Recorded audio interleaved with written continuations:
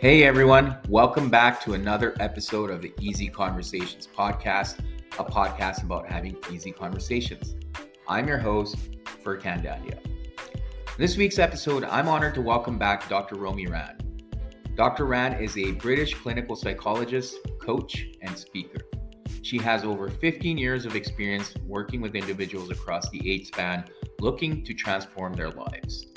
Dr. Ran's specializations include food, eating, and body image, well-being and conscious living, cultivating work and life satisfaction, relationships, parenting and family support, improving mental health, and Eastern meditative practices.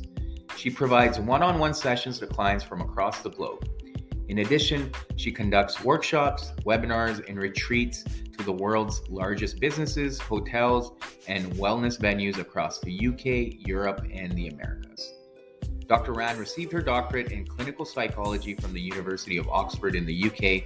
Before that, she worked as a research coordinator in the Department of Psychology at Harvard University, where she was involved in several research studies on self-harm and suicide. Dr. Ran has also devoted much of her time and interest to practicing Tibetan Buddhism. Her continual studies and meditative discipline both inform and enhance her professional work. She is especially interested in sharing the often unknown overlap between Eastern and psychological traditions and recognizes the need for both to ensure transformational growth. In this episode, Romi and I discuss how fasting has become mainstream. Romi shares her experience with fasting and explains that individuals must do their due diligence when it comes to fasting and know their bodies. We also talk about how fasting is not for everyone, and in some cases, it can cause more harm than good. This is a topic both Romi and I thought was important to discuss. While I was practicing Ramadan at the time of recording this episode, and I also do intermittent fasting outside Ramadan, I have experienced improved focus and less sluggishness than before I started intermittent fasting. However, I also know people who have struggled with fasting. Therefore, I felt it was valuable to have this discussion and perhaps get a different perspective. I really hope you get a lot out of this episode, and you can find Dr. Ran on Instagram at Dr. Romi Ran or her website at www.drromiran.com. And please leave a 5-star review at the end of this episode. I would truly appreciate it. Right, Romi, welcome back to the Easy Conversations podcast. Thank you for taking the time to come back on again and have another conversation with me. I'm really grateful. But for listeners that probably didn't get to hear you the first time, do you mind doing a brief introduction and letting us know who you are and what it is that you do? Sure, absolutely. And thank you for having me back. It's a pleasure and an honor, as always, to be here. I'm Dr. Romi Ran. I'm a clinical psychologist, a coach, and a speaker. I work, well, I'm originally from the UK, but I work with people all across the world. Um, and whilst I would say I work with the entire spectrum, everything from sort of clinical disorders all the way up to people just wanting to improve satisfaction in their life. My clinical specialism would probably be described as food, eating, and body image. Mhm. And even within that, there's a spectrum. So everything from the clinical eating disorders just to people who want to understand their own relationship and perhaps improve their own relationship with food, eating, and their body. So that's about 60% of my work, I would say. Great. Yeah, and we did talk about some of the challenges people can have in terms of their relationship with food the first time. That conversation, obviously, I felt like there's still more to discuss, hence why I asked you to come on again.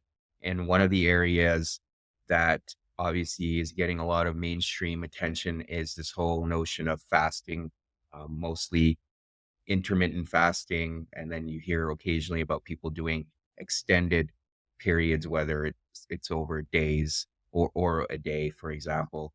And then right now, as we speak, it's the month of Ramadan for Muslims who are practicing, and that consists of fasting during the day.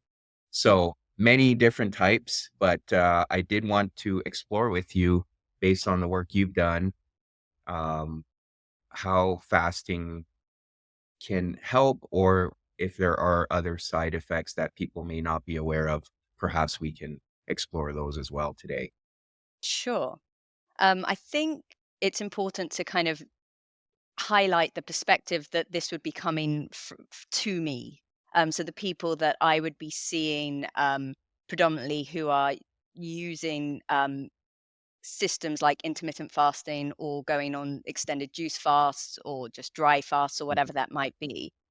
This is a huge, huge, huge topic. Mhm. And I think, there's a really positive way of looking at this, certainly from a religious, spiritual, kind of transcendent perspective. But I think a good place to start is seeing it almost from the reverse, which is often where I'm seeing it, Mhm. which ultimately ultimately the difficulty is that there's this blur, right? That there's lots of modern day scientific evidence that's supporting benefits of fasting and giving our Right. body a break.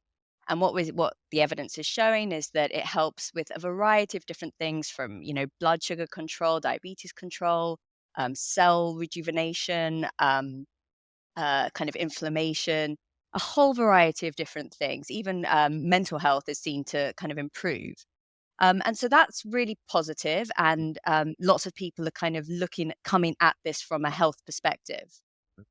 The difficulty is that, when you don't have a secure relationship with food and how you eat, and especially with your body, there's a real blur here. And what I see happening, probably, unfortunately, more often, and it could just be that, my bias from my Mhm. position and also what I'm looking at, but is that people are using these practices with the sole purpose of trying to manipulate the way they look to try and fit into a construed idea of what they seem to be seen to be desirable, i.e., they're trying to lose weight or Right. control their weight. Um, and whilst weight maintenance or control or even weight loss has been associated with these practices, essentially, if you're going into it with that in mind, even if you get results, it's often not it's not really coming from a place of health and Mhm. well-being. Mhm. And so, I think starting from that perspective, which is that what is your motivation for wanting to do these things, Right. is a really important question to ask yourself. And the question that I always ask clients and people that I work with is, well, if doing this, if you would actually end up putting on weight, but everything else would improve, your health would improve, your well-being would improve, you'd feel much better, but you'd gain weight. Would Mm. you still do it? And that's kind of the question that I like to offer out to everyone. If you would still do it, then you kind of know you're coming from a place of love and well-being, because you are doing it with the intention to be more healthy, to look after the vessel, your body, without attachment to necessarily just trying to look a particular way. Right. Right. So based on that, what you're saying is often there could be the case that's almost taken as a shortcut, right? Like this is a hack that I can apply in my life to look a certain way, as opposed to some of the health or even the mental health benefits that we're finding through research that, maybe you do feel better in general, but you may not look great. That could And be, yeah. well, it could be, and it's really a blur, and it's very difficult. And part of my job actually is to hold the mirror up to people and really get them to think about this, because it's not as simple as it's not as black and white as it might seem on the surface. That oh, either you're just doing this for health, or there's a kind of disordered diet mentality kind of approach that's taking over here. What we know is that the mind can be very cunning, and Hmm. it can package things up to fit a certain construct or idea. So, and I think, just to take a step back specifically from fasting, but I think healthy eating is sort of, in many ways, now is the new diet. Like, diets are out; they're not Right. fashionable anymore for many people. They're not cool. There's all this evidence why they don't work, and so what's happened is that there seems to be this move towards this kind of strong, not skinny, or a focus on healthy eating, Right. but that it's almost shifted into obsessional, controlled, and disordered.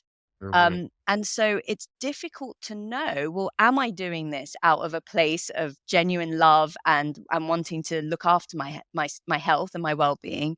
Or am I sort of convincing myself that that's why I'm Right. going into it? But there's actually a deeper kind of meaning here, which is that I'm not happy with myself, and so I'm trying to use these to change it, and I label it as health and well-being. Right. Right. But do you think that often, like, I find this with myself and not necessarily with fasting, but trying other things, Mhm. maybe the motivation to your point is not appropriate or you're trying to take a shortcut, but then when you start applying something, you have these unintended positive consequences, right? So with fasting, for example, people may start feeling better and they're like, oh, this is great. I didn't go for that. That was not my motivation, but now I feel great. So I'm going to keep doing this. Or there's the additional aspect of improvement in focus that I've experienced. I don't know if everyone else has a similar experience, but that is also another positive benefit that you may not be aware of. So in that case, you feel like once people start recognizing those other positive benefits, then they can adopt that lifestyle and perhaps shift their motivation. And it's not about what they look like anymore. It's about all these other benefits they're starting to experience. Absolutely, and I think that's an incredibly important point, and I sort of have a couple of considerations with Yeah. that, but I definitely think that that is the case. Mhm. That many people can go into it with one intention, and then their life changes, and if that works for them, that's really positive. And Yeah. essentially, everything that I teach is about this exploration and is about figuring out what works for you. Right. So if you do go ahead and you try something, I encourage people to do that. Go ahead, see what works for you, but don't just do it because you read a book Right. or it's trendy or you heard it from someone else. Like really go and test it out for yourself. So, I to share a personal example, I've tried several times to do juice fasting. Mhm. Um, and I feel awful when I do it. Every time, and I actually don't even bother anymore. Sometimes, I started on a longer one, and then I went shorter and shorter, and it just doesn't seem to work for my body. Mhm. Now, I could read hundreds of case examples of books. I can, go on blogs and see people that absolutely swear by doing juice fasts. But for me and for my body, it just doesn't work. And so, you're right. You're absolutely right. If you try something out, whatever your intention is, and it works for you, then that's wonderful. And of course, the encouragement is to continue doing something that is wholesome and kind of Mhm. lead you towards your values and where you want to, how you want to cultivate your life. Right. That being said, what sometimes happens is if the intention wasn't correct in the first place, um, what you see is if you haven't necessarily healed some food and eating and Right. body difficulties, then what happens is you might try something like intermittent fasting, and at the beginning it might be good and you might see lots of benefits. But you're coming at it, let's say, if you're coming at it from a place of dieting, then what Mhm. happens is that restriction causes the food and the whole eating process to become more powerful. And so Right. then what happens is you get, just like in a regular diet, because you're not coming at it from this open-hearted place of I really want to improve my health and well-being, but rather it's like a place of lack, of like a Mhm. lack of self-worth. And so then you end up restricting as you're supposed to, but then the moment the food comes, that all the habit patterns are there, all Right. that old kind of just binge eating as much as you can. You have a bad day, and then it's the fuck it syndrome, where you eat Right. a cookie outside of your period, and then it's like, well, I've ruined my whole day, so I'm gonna finish the whole bag. And so it can trigger that sort of restriction binge cycle in people that have not kind of explored or healed that relationship with food and eating to begin with.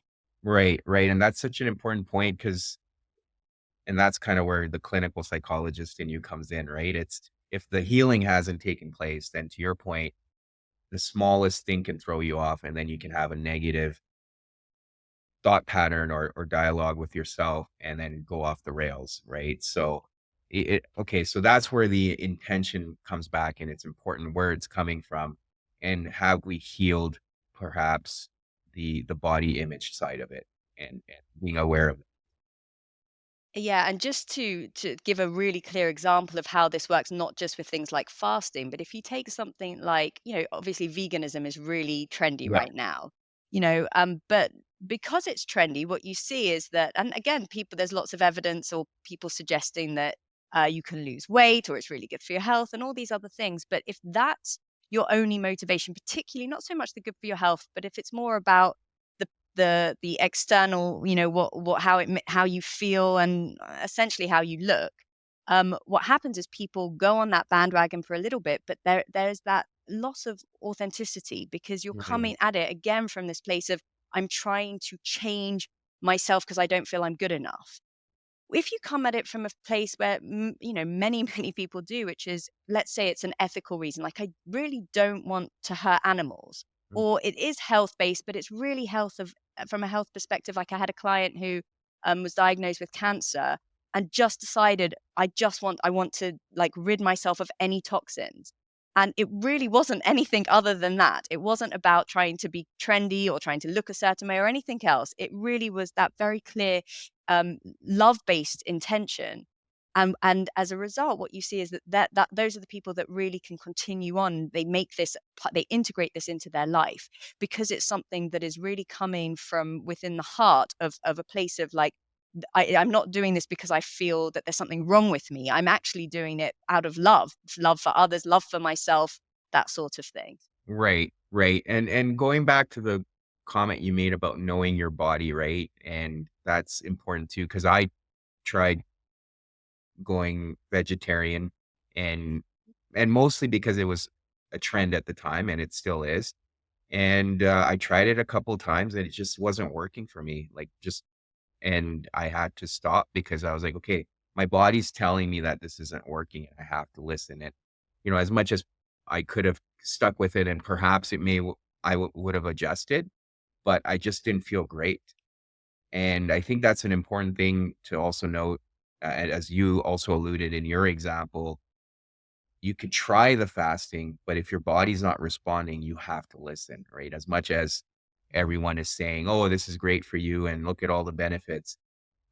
Is that something that you see with clients or people that you work with as well?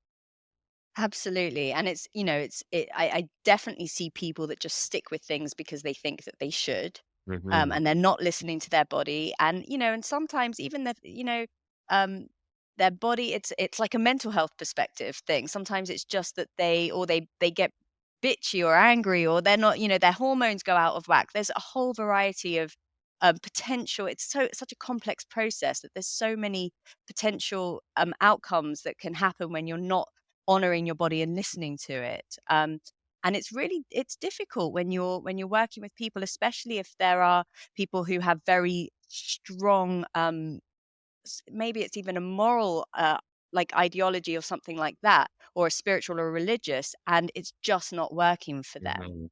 I'll never forget, many years ago, I was at a talk with an Ayurvedic specialist, and he was actually Australian.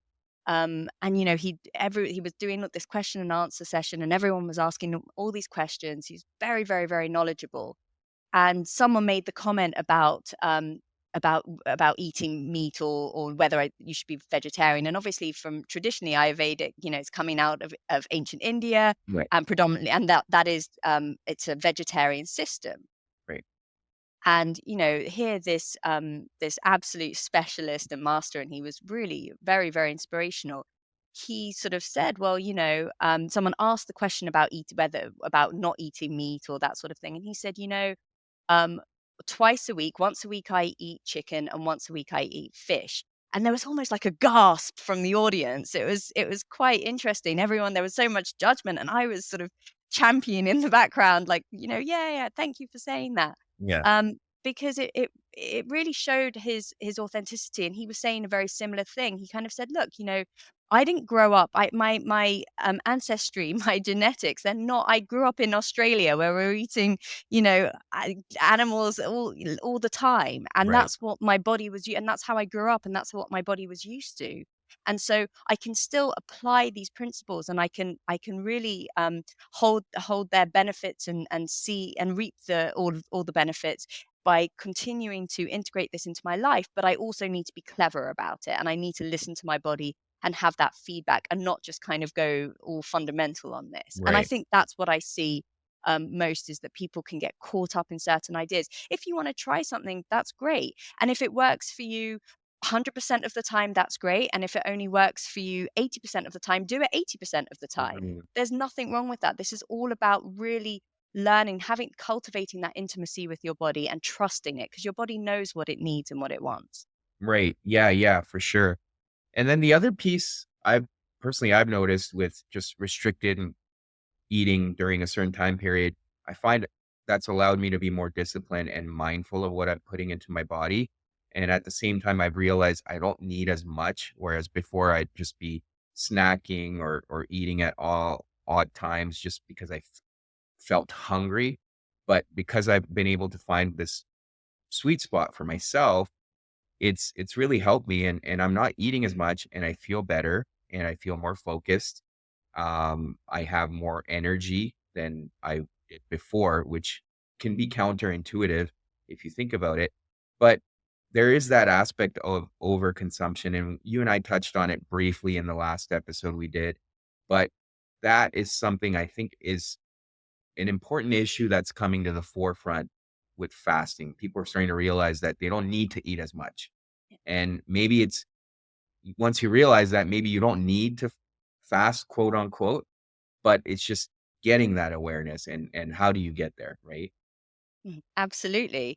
And fasting really does help for that, because it kind of pushes people into a position where they um, firstly have an opportunity to explore how their body relates to hunger. So when Mhm, I work with people, part of what we're doing is a hunger awareness scale. We also do this continuum. We do a fullness awareness scale as well. But the idea is, so we're so disconnected from our bodies, we don't a lot of people don't even know what hunger feels like. mhm, And when you fast, when you take the food out of the equation, you can feel it building. You feel how hunger is not really a like an itch that needs to be scratched. That we talk, that's a craving. Like right now I'm sitting and I'm like, "Oh, I want the cookie." That's a craving. But mhm, hunger, if you're really connected with it, you see that it's slow, and it starts to build, and it morphs, and it changes, and you start to learn how to find that sweet spot of, when am I the right amount hungry and but not overly hungry. And so there's a process of discovery there that I think is really important. I think that for some people, fasting as a lifestyle choice on an ongoing basis really, really works for them. And clearly, it sounds like for you, this is something that really resonates with you. It helps your body. It allows you to discover yourself and what your body wants and needs in a really, really beautiful way. And I've had plenty of clients that have mhm, reported the same thing. So if that's the case for you or for anyone else, then that's wonderful. mhm, But that a different way of doing it is this more kind of whether it's intuitive eating or just kind of learning this sort of self discovery, where you're not really going by a rule based this is what fasting looks like, and you fast for these number of hours and you eat at this period of time. It's much more organic than that, where mhm, you just start to like get curious about what your hunger is telling you. And there's a little bit of trial and error here. So it might be a little bit slower for some people than intermittent fasting, but it might be better for them personally, because they're really coming at it from their own wisdom. And mhm. so they start to see, like, they report very similar to as you do. Like, one of the biggest things that people come back and say to me is, I really don't need that much food. Right. And the other thing that they say, which is surprising, and it's the opposite to what they've always been made to believe, is that when you're allowed to eat whatever you want, because that's part of this, Right. you give yourself full permission to eat whatever you want, but you're listening to your hunger. You're doing it when you're hungry. What happens is you realize the body actually craves a lot of the time, not all the time, but predominantly whole food, simple foods, like natural, healthy, nutritious. Your body knows what it wants. Mhm, And it's that disconnect. It's this overconsumption of having just everything bombarded at us all the time, and not really asking ourselves, what is it that we want to eat? And are we even hungry? And why are we eating?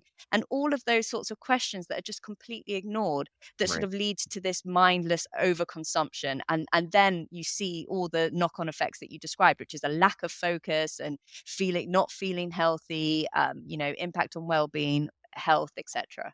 Right, right, for sure. And one of the things I did want to explore, and I'll tie it back later, but is something I did consciously was cut out refined sugars from my diet and also limit the amount of carbs I was intaking. And obviously, the first few days were rough.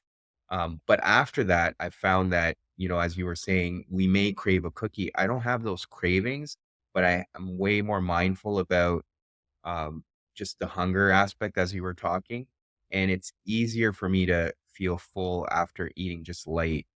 And what I'm wondering here is, because obviously refined sugars can throw our hormones out of whack, and also the amount of glucose, and obviously see the connection to our mind as well from that perspective.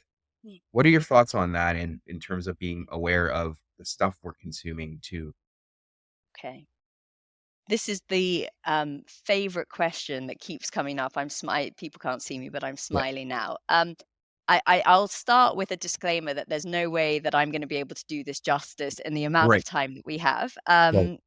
But I probably come from the more unpopular position on this. So I'm just going Right. to, again, throw that Yeah. out there, which is that what I've seen, over the period of, a couple of decades of me working in this field is there are trends in what's the villain. Okay. Hmm. And so, we had fat was once a villain, then it was carbs, then, Right. now it's sugar, etc. I'm not for 1 second denying the impact that sugar has on the body.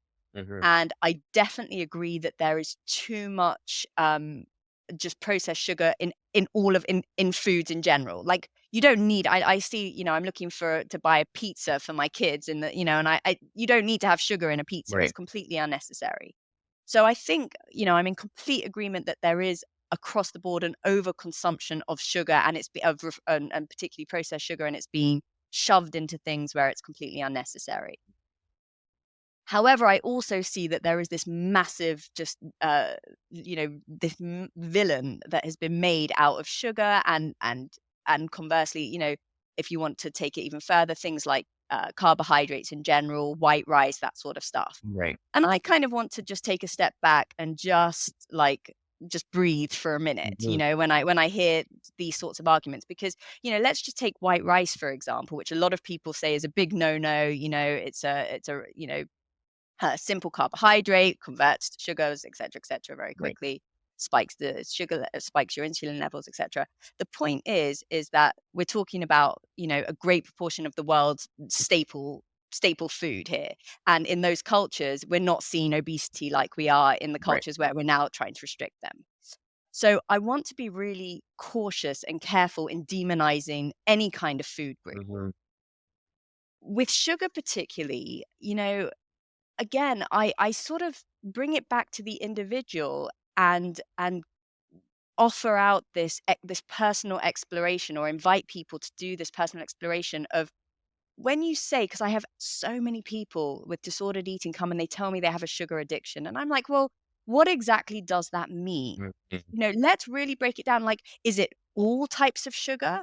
Or is it just certain types? Is it, is it if you just have the smallest bit, or if you end up overeating and binging on it? Could you what happens if you mix, honey in your tea whilst you're also eating a wholesome, nutritious breakfast? Does it affect you the same way?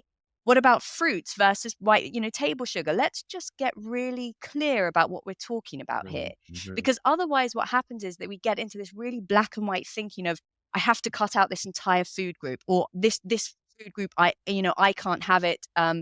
There's a fear, and it all becomes very fear-based, and then the food holds power over you. And again, if it were true across the board, then if sugar was inherently bad, if it was inherently bad for us, then anyone who was eating sugar would have the same effect. Right. I personally can take a cookie, I can have one cookie, and then I can be done with it. Right. Absolutely done with it. I don't have a problem with that. I also, when I was 15 years old, thought it was cool to smoke, and I would smoke cigarettes.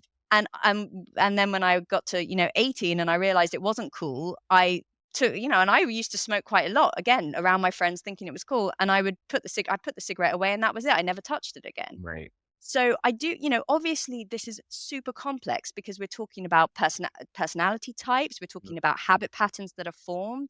We're talking about our emotional relationship with certain foods, and there is a massive feedback loop with all of these things. So is it really that one is addicted to sugar, or is it that there is this emotional attachment to sugar, and then we overconsume it, and then it has all of the impacts on our bodies, etc. Right. So I think, like I said, I can't really do this justice because it's such a huge topic. Mhm. Um, but I don't want to fall into a camp of all sugar is bad, people should be Right. cutting it out of their life. I think if it works for you personally, and for many people it does, and it's not coming from a place, again, it's for me, I know I keep repeating this, but it's not coming from a place of I can't eat that because I don't have enough willpower. There's something wrong with me. I'll get fat. If it's coming from a place of like lack of self-worth, then that's the intention that's behind that decision. If it's Mhm. coming from a place of, you know what, actually, when I eat sugar, it doesn't make me feel so good. This is what I'm noticing happens to me. I feel better without it, and I actually really love myself, so I don't want to feel crap. Then that's beautiful. Then do Right. that. There's nothing wrong with that. I'm Mhm. not kind of sitting on one side or another. But I think that we have to be really careful about demonizing food groups in Right. general, because ultimately what we're doing is we're giving it power when we do that. And you don't want food to have power over you. Yeah, yeah. No, I appreciate that. And I think the biggest piece, again, it comes back to knowing yourself, your personality, and how certain things are affecting you. I guess for me, what I'm trying to understand is also the difference between, as you referred to, processed sugar and natural, right? And you obviously need sugar in your diet, but it's to finding that right balance and knowing, okay, which one should I be consuming?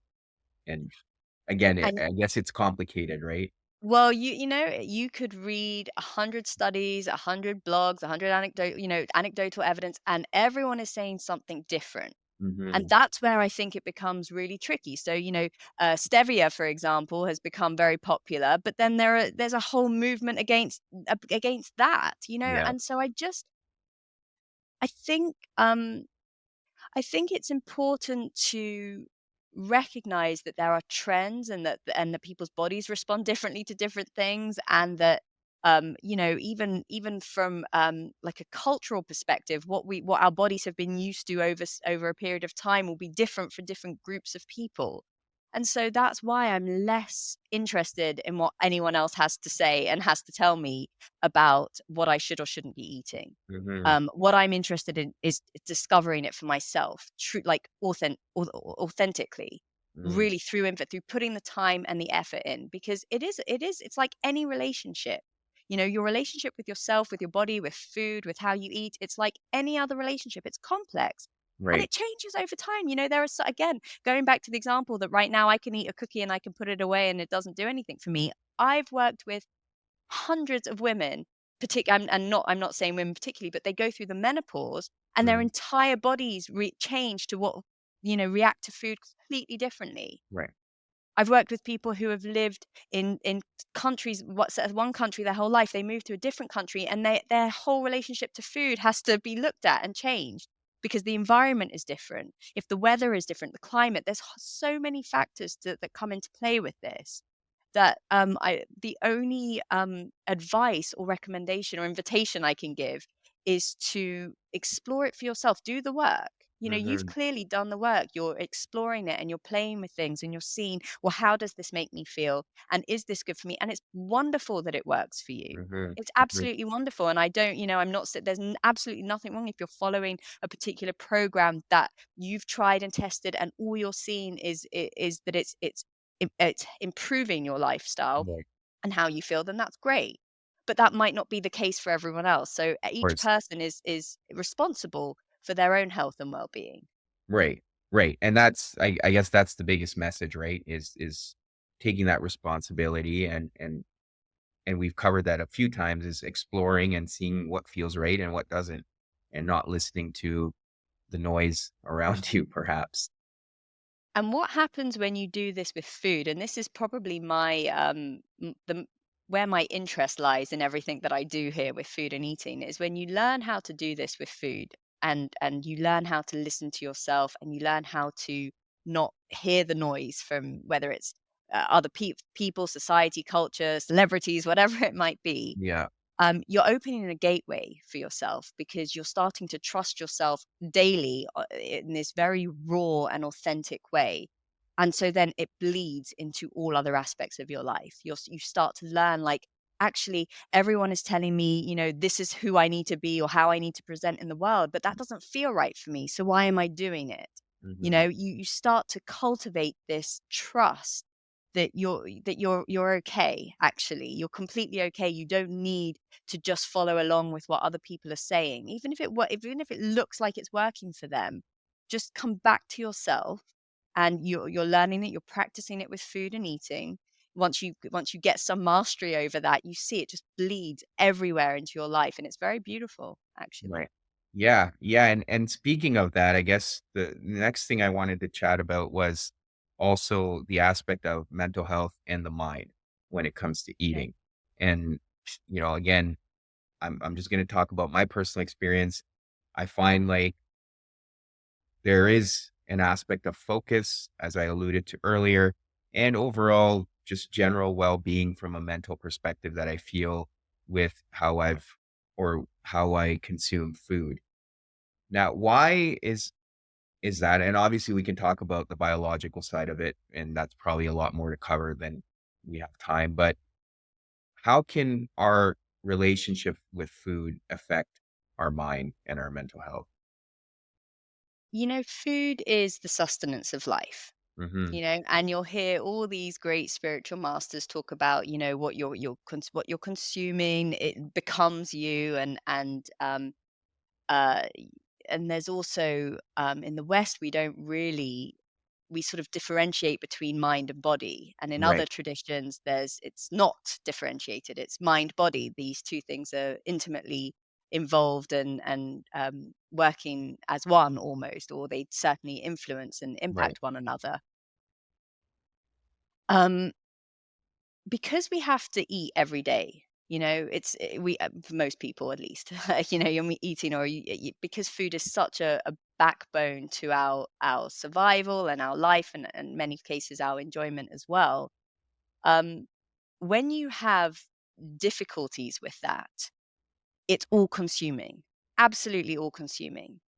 It's interesting because I've worked with one in particular. I've had a few clients like this, but I had one client. She was in her 70s, Hmm. and she actually, I did a talk at a spiritual center, and she heard me speak there, and she has been, a very, very dedicated, devoted sort of meditator, and really devoted her life to spiritual practice. And I guess in many ways, one could say she was quite achieved in that respect. Hmm. Hmm. um but for her entire life, her issue with food and eating has plagued her, and her body. It's completely plagued her.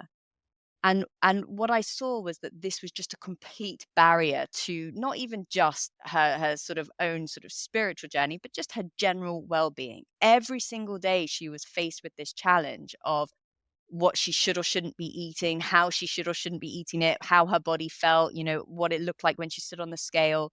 When your whole world is just infused with that obsession, it's completely all consuming, and it's very, very difficult to break free from it, even when there are other really wonderful things going on in your life. Right. Um, and not to mention, if you aren't nourishing yourself correctly from a food perspective, then again, like I said, it's that gateway. Where else aren't you nourishing yourself in your life? Hmm. So, it's much more, I mean, it's really gross and obvious, but it's also exceptionally subtle at the same time. If you're putting in negativity, which means every time you eat, regardless of what you eat, there are thoughts of guilt or shame, or I shouldn't be doing this, or how I'm going to get fat from this, or whatever it might be. that clouds how you approach every other thing in your life as well. Hmm. Um, and so, it's very, as you said, it's very complex, and it really, the two, they interact with each other. If you're not able to feel at ease and comfortable with your process of eating and the foods that you're choosing to eat, and they're not nourishing you, it's not about what they are, whether they are nourishing you. Hmm. Lots of, like I said, lots of people do juice fast and they feel great, and that's very nourishing. For me, that wasn't nourishing Right. me. And so then, as a result, my mental health, how I felt during the day, I felt awful. I'm Right. walking around physically feeling awful, and then that represents how it manifests, emotionally. Yeah. Yeah. No, I appreciate that. And I think it also having that awareness can help, right? Like if you're binging, that could be a sign that maybe you're numbing, or there's something that needs to be dealt with below the surface that you're perhaps just diverting your attention away from and using food as a mechanism to numb or whatever it may be. So I think that's another aspect of it. And I think from the concept of the mind, though, I think there's, again, when you're so overconsumed, like you mentioned, with what you're eating and when you're going to eat, all those thoughts that can obviously create a lack of focus, which I feel people often struggle with. And then perhaps fasting helps bridge that gap, right? And that's just one way, but it's probably not the only answer. And it in many ways, just takes it out of the equation. So, Mhm. it does take it out of the equation. And for some people, that's good enough. Mhm. But what I found is that if you haven't healed it, it's like, if let's say I'm binging, I'll use the cookies again. I don't know. Yeah. Let's say I'm binging on cookies. I could literally remove the cookies. I could not have them in my house, and that's fine. And and lots of people do that, and that might help, 80% of the time. But then all that needs to happen is I'm at a friend's house and they rack out the cookies, and now cookies have so much power over me, and I decide to have one cookie because willpower can only often, for many people, can only take you so far. And so I have one cookie, and then again, I end up eating all the cookies, and I feel shit and bad and guilty and shameful and disgusting and everything else. Mm. So, you can remove it. And I don't want to, again, I don't want to make a blanket statement that, oh, the fasting is just a band-aid, because that's not true for some people. Mhm. Just like, by the way, again, we say that diets have a 95% failure rate. That's true. But there is Right. a 5% success rate. Yeah. And so occasionally what you see, and often these are the people that are then writing books about their successes, and it really has worked for them. And often, again, it goes back to, it's a certain personality type. So it might be, Fakan, that for you, elsewhere in your life, when you really dedicate yourself to something, Mhm. and it's meaningful to you, you it's not even a matter of willpower. It literally it becomes your way of being, and it Right. really works for you. And that's wonderful. But my experience is that for a huge proportion of people, it doesn't work that way. Mhm. So yes, they could try fasting, and we could take that out of the equation. And yeah, then of course you're not giving yourself any more the opportunity to, it's literally being removed, that decision making process of what, when, how to eat. But in often in those cases, what happens is those people then don't learn how to be okay around food. It's like you Mhm. need all this control and these conditions in order to be okay. And so Right. the moment you're outside of your comfort zone, and this is where we see lots of obsessional behaviors come, where people don't want to go out, they don't want to socialize, they don't want to go to restaurants, because all their safety mechanisms have suddenly been taken away from them. Mm. So, in those cases, surely the better option, or the more kind of comprehensive option, is for them to learn how to really make peace with food, so that food no longer holds that hold over them. And then it's like, yeah, I eat when I'm hungry, I stop when I'm full, I eat the foods that I want, I know how to eat in a way that is mindful and full of gratitude, and even sacred in some cases. And when I'm eating, my focus is on that. And when I'm not hungry, I'm not thinking about food. And there's your focus back. And it's no longer an issue. Mhm. So, it's not to say, again, and it's not a one size fits all for anyone, but Right. I think what I've seen is that, the more people gain their own, they reclaim that power, meaning that food can no longer be a source of concern or obsession or fear for them, the more free they are. And when you have that freedom, you then you can you work on your focus, and you work as you're able, you've got all that time, you're not Right. obsessing over all the other stuff, and you've got all that space to be able to live the life that you want to live. For sure, for sure. Yeah, no, I definitely understand that. And again, it comes back to knowing yourself Yeah. and to your point, as you've said a few times, is not letting food have that power over you, Yeah. which can often then drive your behavior. So, Romy, I appreciate all that, and thank you again for sharing your own experiences and your insight in all of this. For listeners that do want to find you or get a hold of you, how can they do that? You could get a hold of me on my email, which is just Romi at Dr. Romi Ran. And you can, yeah, feel free to email me. My website is drromiran.com. I have Instagram, same handle, Dr. at Dr. Romi Ran. And as of, I think, let me just check the date, in about 1 month, if you're interested in anything about food, eating, and body image and how to change that, my book will be coming out. So it's absolutely jam packed with lots and lots and lots of practical exercises and things. I spoke earlier about the hunger awareness scale, Yeah, fullness, all of that is in there. So if anyone is just interested in exploring their relationship with food and eating, and wants it in a way that they can kind of just work through on their own, then the book will be the way to go. perfect. Yeah, we'll put that in the show notes, and congrats on the book coming out. Thank you so much. All right. Uh, Thank you for checking out this episode with Dr. Ran. As always, please subscribe to the podcast if you haven't done so. That's the best way to support this podcast, or leave a review or comments in the comment section. I always love hearing from you. Until next week.